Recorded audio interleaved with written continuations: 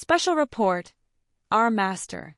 The article was published on en.minghui.org on January 9, 2025.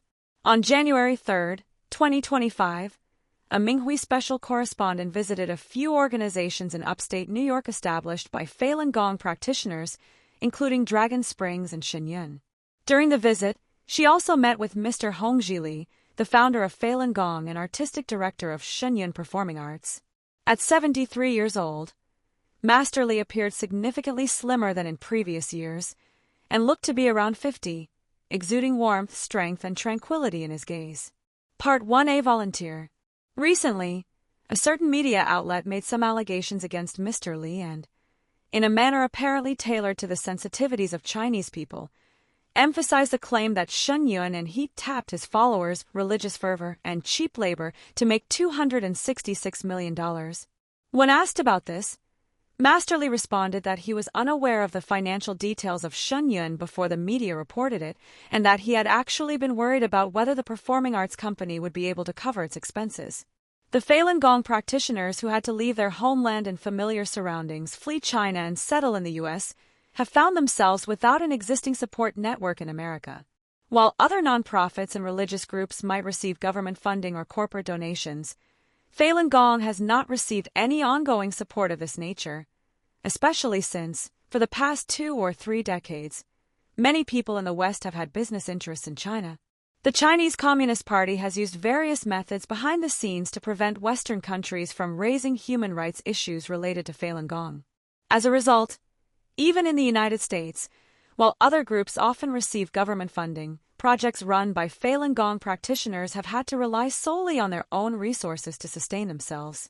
The success of Shenyun Performing Arts is globally recognized, yet the struggles and the reality behind this success remain largely unknown, even to many Falun Gong practitioners in North America. Out of trust, most haven't felt any need to know the specifics. Long-term practitioners are aware that Master Li came to impart the teachings, yet also took on the responsibility of being the artistic director of Shenyun. The challenges behind these two things alone are tremendous. As a result, some veteran practitioners have assumed responsibility for the company's administrative and financial matters, tackling challenges independently and viewing these duties as integral to their spiritual development. During the January 3rd meeting, Master Li smiled and remarked that he doesn't get involved in administrative matters, and the practitioners responsible for administration and finance don't tell him about those things. An accountant at Shenyun Performing Arts confirmed, "We have financial regulations and procedures that we follow," adding that everyone works hard to fulfill their responsibilities. They believe that, after all, Master is here to teach and guide practitioners in their spiritual practice, not to act as their boss. When it comes to the cultivation issues of practitioners involved in various projects, from what practitioners have observed, Master only points them out when he feels it will be beneficial for the practitioner's improvement spiritually, and when asked questions, he responds with kindness and magnanimity. Master cares deeply for the practitioners in all projects, both domestically and abroad, and is looking after their spiritual journey. Not only does he not accept any money from any of the entities or projects, but he is also perfectly content to remain unaware of how they operate. He explained, "This includes Minghui.org, the Epoch Times, NTD Television, and Gongjing World. Their operations, staffing, and finances aren't something I intervene in, so I don't really know about how they run. I must allow them to walk their own path. That's part of their spiritual journey. If I keep intervening, it's like tearing down the bridges and roads along their path. So I don't manage any of those things. My focus is solely on the practitioner's spiritual practice." As to donating his time to initiatives like Shenyun, Master explained that, in addition to guiding practitioners in their spiritual cultivation, he also designs costumes and helps them improve their skills as a volunteer. "But no one gives me a cent. I'm unpaid," he said. The reporter also spoke with a couple of others involved in different companies. The CFO of Shenyun Creations, an arts video platform, and the general manager of Shenyun Dancer, a clothing company, both confirmed that they handle the operations and finances themselves. "Master Li doesn't oversee any of this, and we don't report to him about such matters," they said. The recently produced blue and yellow reversible jackets bearing the words Falun Dafa were designed by Master Li as a voluntary contribution. They were thoughtfully designed with meditation as well as outdoor events in mind, given that they are warm, waterproof, and with top-down bottom-up zippers. The quality of these garments is striking considering their price point. When asked why the prices are set so low, the general manager of Shenyang Dancer explained, "These 2 jackets are sold exclusively to practitioners, and Master Li hopes we will keep the prices as low as possible." In response, Master smiled and added, "I did say that. If possible, I would prefer to give these items to practitioners for free." The idea of giving to practitioners for free is a familiar one. Regarding the pricing and distribution of DAFA books, Master has repeatedly expressed the same sentiment. And for the students at the Fei Tian schools, the tuition, housing, meals, books, some clothing, and travel expenses have indeed been provided free of charge. The scholarship provided to each student by the schools is equivalent to about $50,000 annually, and parents only have to pay for any additional lessons outside of school. Part 2. A simple lifestyle and steadfast will.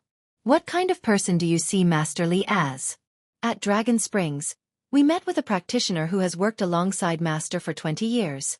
When asked about what sort of person Master is on a day-to-day level, after a few moments of deep thought, the practitioner slowly replied, "He has an extraordinary strength of will, leads a simple life, and has clear goals."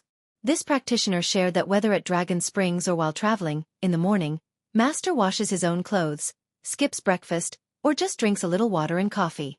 For lunch, he eats a light meal at Dragon Springs cafeteria, and for dinner, it's usually a bowl of dumpling soup, or cold rice with hot water and pickled vegetables.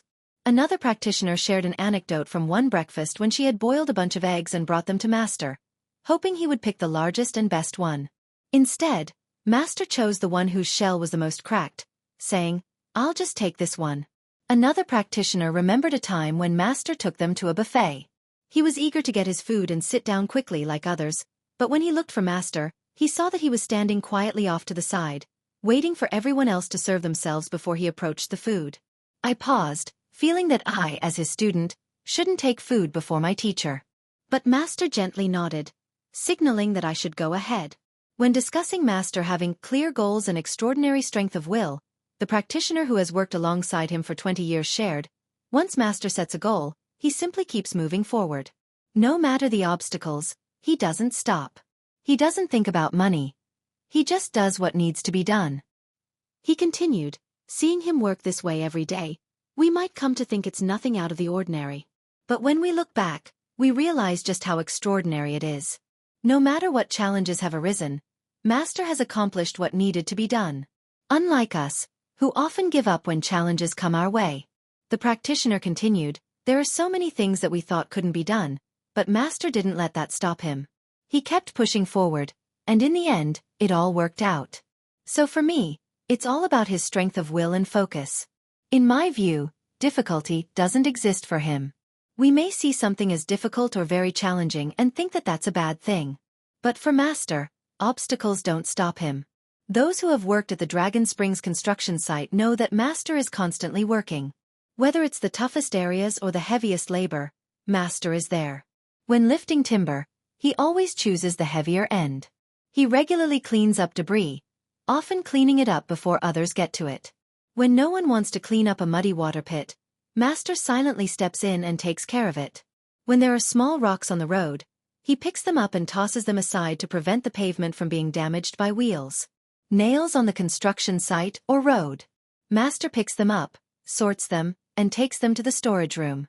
He guides Xinyan's visual arts, designs costumes and props, teaches vocal technique, oversees the creation of new pieces, and ensures the highest artistic standards.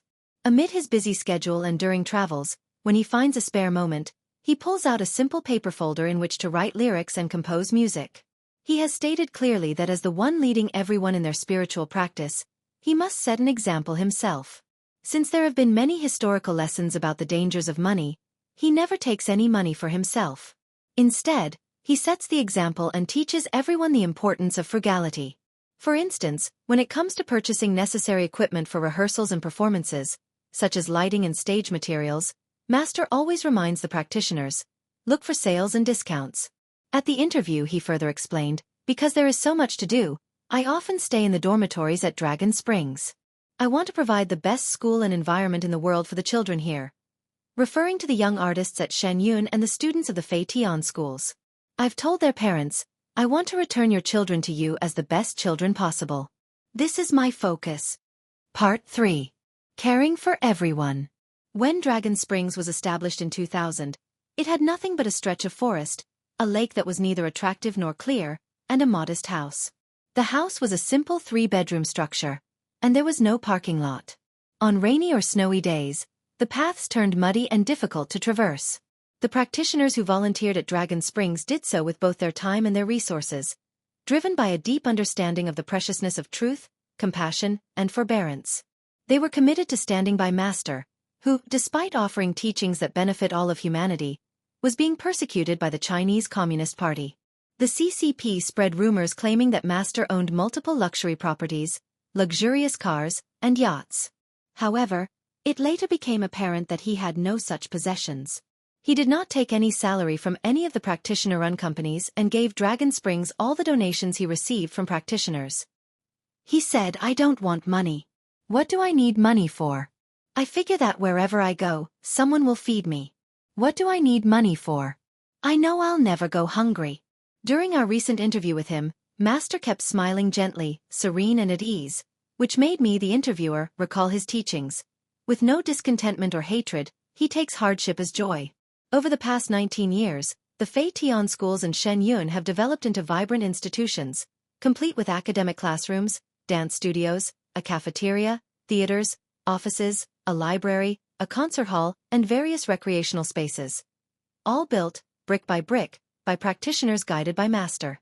For many Falun Gong practitioners, this journey has been more than just a path of overcoming hardship and eliminating karma. It has been about fulfilling vows made with their lives before they came into this world. How was the first Shen Yun performing arts troupe established? At the beginning, we gathered a group of practitioners and brought in some young people who were of different heights and didn't know much about dance.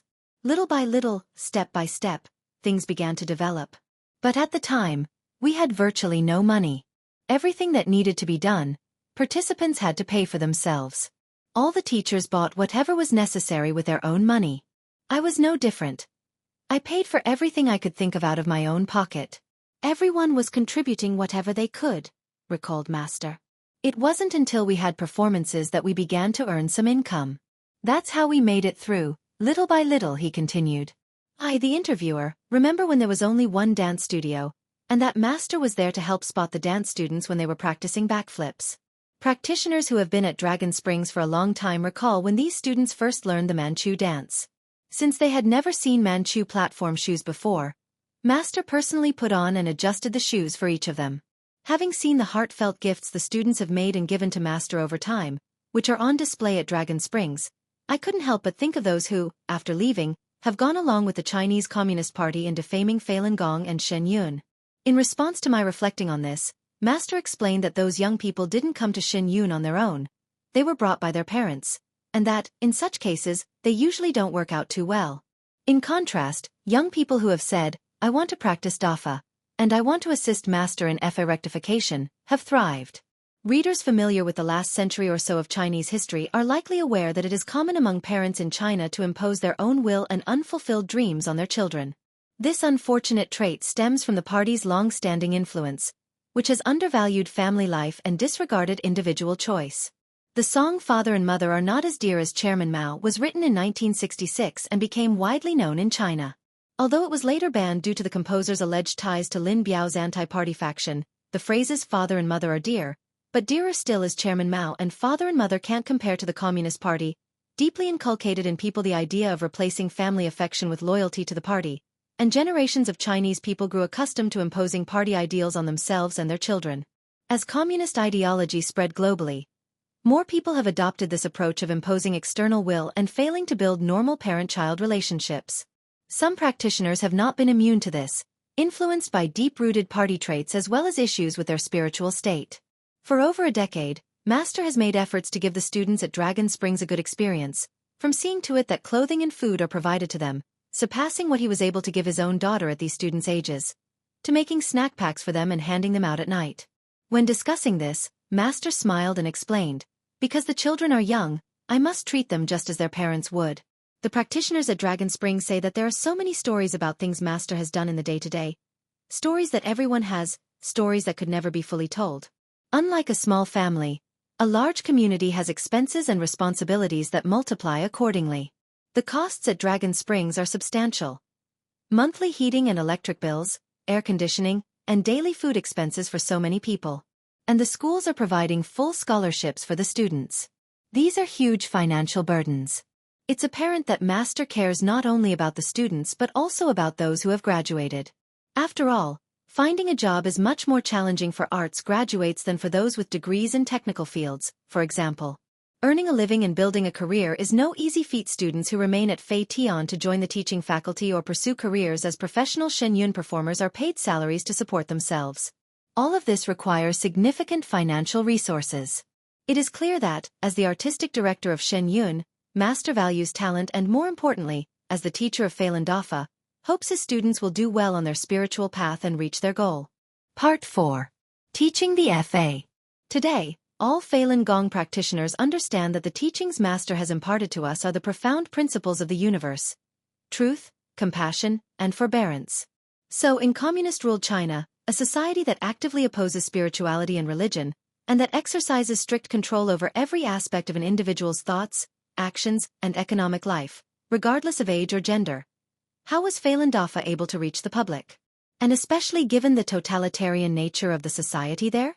From the 1980s to the late 1990s, China experienced a Qigong boom, with tens of millions of people embracing the practice.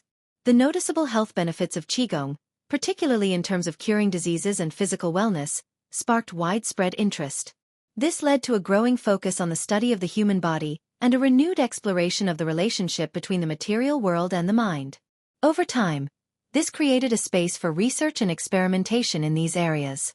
However, despite this burgeoning interest, many individuals seeking to understand the deeper mysteries of the human body, life, and the universe found themselves frustrated, unable to find better answers that satisfied them both intellectually and spiritually. In 1992, Master Li began to share the teachings of Falun Dafa with the public, sparked by a chance opportunity.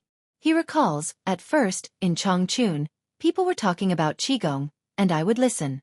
Then, I'd offer a few words. When I spoke, they were amazed, remarking, "Wow! I'm interested in what you're saying. Please, tell us more." Since I knew a bit about those things, it wasn't hard to share more. After that they said, "Wow! Could you hold a class for us?" He continued. These were all experienced Qigong practitioners. Without hesitation they offered, "I'll arrange a venue for you." They took care of the details and urged, "Teacher Li, please, give us a lecture soon." Some of them were really eager and insisted that I teach them. So, I ended up giving a lecture at the No. 5 middle school in Chongqing. Unlike with traditional Buddhist practices, Qigong enthusiasts were accustomed to lectures where the Qigong master would demonstrate the healing effects of Qigong during his talk. They assumed that Master Li would teach in the same way, when he had in fact come to impart Dafa's teachings. Master recalls, it was supposed to be a lecture, but they brought in patients, as that's what was happening with other Qigong lectures. When I began, there were all these patients groaning in pain. What could I do? How could I give a lecture while they were groaning? Some of them were even on 4 drips. So, I walked over and helped them. In just a few seconds, they all stood up. Then, I told them from the stage.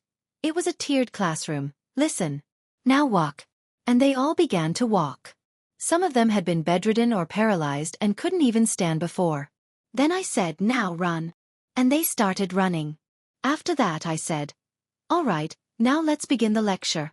From that moment, they understood right away, and some remarked, "Wow, even great Qigong masters wouldn't be this powerful." And that's when I began to teach. Afterward they asked me questions, and I answered them. From then on, it wasn't possible to stop. Isn't it a priceless thing if someone paralyzed or gravely ill is healed? Those familiar with the story of Milarepa will have some understanding of this. Master Li, in an instant, restored the health and mobility of those suffering. Yet, when reflecting on it, he spoke with quiet composure. It is widely believed in the world of spiritual and religious traditions that human beings are innately divine. That is why, when Master has spoken of higher truths, it has awakened something deep inside many people's hearts, something long dormant. After giving his teachings he would say, "I've shared what you need to know. Now begin your practice. And so, some Qigong enthusiasts began to practice Falun Gong. From that point on, Master was recognized by the public as a Qigong master, or Master Li, which was how teachers of Qigong were referred to. Although this teacher, a teacher of the great law of truth, compassion, forbearance, was being called a Qigong master, his only concern was to benefit sentient beings. He cared nothing for status or titles. As he said long ago, "You can call me teacher, master, Mr. Li. Whatever you wish." Many of the events that followed are likely already known to most, with numerous articles of reflection available on the Minghui website, categorized under sections like Remembering the Master's Grace. Interested readers can browse through these older pieces for more detail. Frugality has been second nature to Master, but when it comes to things that need to be done, he doesn't let money become a factor. Between 1992 and the end of 1994, when Master held in-person classes in China, each seminar lasted an average of 9 days and cost attendees 50 renminbi, with a 50% discount for long-term practitioners, or the equivalent of about $8. These fees were to cover his and his staff's train travel, meals, and printing of materials. Compared to the typical fees for Qigong classes at the time, this price was extremely low, even sparking discontent among other Qigong masters who felt it undercut the market. However, Master kept the cost low out of consideration for his students, trying his best to save them money. To keep the expenses down, therefore, Master took seated tickets on long train rides, as opposed to paying for sleeper cars, except on rare occasions. Yet Master noted that, remarkably, even when the trains were full and he bought a seated ticket, the seat beside him would happen to be empty, allowing him to lie down and rest. His meals consisted mainly of instant noodles, with the occasional treat of a bowl of noodle soup from a street vendor. Accommodations were always in the most basic, low-cost inns. They often brought instant noodles with them, along with carrying print materials about the practice, in simple bags. Over the course of 2 years, Master held 54 of his seminar series. The staff grew so tired of eating instant noodles that they could hardly stomach them anymore, he said. Yet those who attended the seminars expressed indescribable gratitude for what had been given to them. Though the expenses for these 2 years of teaching were significant, all told, Master was focused on the bigger picture: getting the job done. But then, when it came time to begin publishing Dafa books, how to fund the process became a question again. A practitioner from Beijing, who had earned some money through his business, lent Master several thousand yuan. When bookstores began distributing China Falun Gong, the practitioner wondered whether Master would be able to pay off the loan. But Master quickly arranged for the proceeds from the book sales to be used to pay it off. Later, after many challenges were overcome, Zhuan Falun was published. Master shared during our interview that one of the practitioners who helped him with the in-person seminars was a businessman and government official. Sometimes when Master didn't have the funds for travel expenses, this practitioner would cover the costs. He once said to Master, "Master, look at you. You see other Qigong masters pulling in tens or even hundreds of thousands of yuan, and here you are, without even enough money for a hotel room." At that time, tens of thousands of yuan was a significant amount. It was only thanks to this practitioner's support that Master was able to continue his work during those years. When recalling this, Master laughed heartily and said, "What needs to be done must be accomplished, no matter how difficult, and it can be." Returning to the story of teaching the practice in China. Despite the many challenges, Falun Gong's influence continued to grow, and some began to plot against Master. However, upon secretly investigating, they discovered that Master had no wealth and did not engage with women. So how could they attack him? By that time, Master had already gained significant influence across China, and the chaos of the Cultural Revolution had subsided. Even the Communist Party, notorious for its campaigns against individuals, needed a pretext to take action. Master recalled, in 1996, "I don't know who gave the order, but a female director from the Ministry of Commerce invited me to dinner. At that time, I was often invited out to eat by people who were hoping for healing. After we sat down, the official was straightforward with me, saying, 'Teacher Li, your influence in China has become too great. You need to leave the country.' She put it plain as day. When I heard that, I understood. It was clear that Jiang guy was furious, especially since people were even practicing Falun Gong on both sides of Chang'an Avenue. So I replied, 'All right, I'll go abroad.' In China, any religious group faces the same challenge. If it doesn't establish a party branch or acknowledge that the party's interests are above all, the party will watch closely, waiting for an opportunity to suppress it, sometimes to the point of making it impossible to exist. Even though Falun Gong, with its principles of truth, compassion, and forbearance, helped restore health and improve moral standards for millions of Chinese people, saving the government significant medical expenses, Master Li was still forced out of China. In 1997, Master received an American visa for a person of extraordinary ability, and moved to the United States. In 1998, after being away for a while to handle some matters back in China, when he returned to the US, he and his family had little money and no place to stay. They initially wanted to go to San Francisco, but a Falun Gong practitioner there said they couldn't find accommodations, so they were invited to Atlanta, where they stayed in a cramped apartment shared with another practitioner. When life became untenable there, they made their way to New York. Eventually, Master settled into a small studio apartment that a practitioner had rented in Upper Manhattan. That building would later be falsely labeled by the Chinese Communist Party as Li Hongzhi's building, after the persecution began in 1999. Thinking about the spiritual and religious traditions of both East and West, it is a common expectation that one will donate to one's church, temple, or community. Yet Master has never asked for anything material from us, only that we have the heart to practice. Meanwhile, how many of us have gained better health through Dafa, a priceless gift? Master could have lived a much more comfortable life, and it would have been easy for him to enjoy a higher quality of living. But his aspirations have always gone far beyond any of that. Why has he taught Dafa? Why has he tirelessly guided practitioners in their spiritual practice? Why did he become the artistic director of Shen Yun? Why has he volunteered his time and efforts to projects run by practitioners? All true practitioners understand the answers to these questions.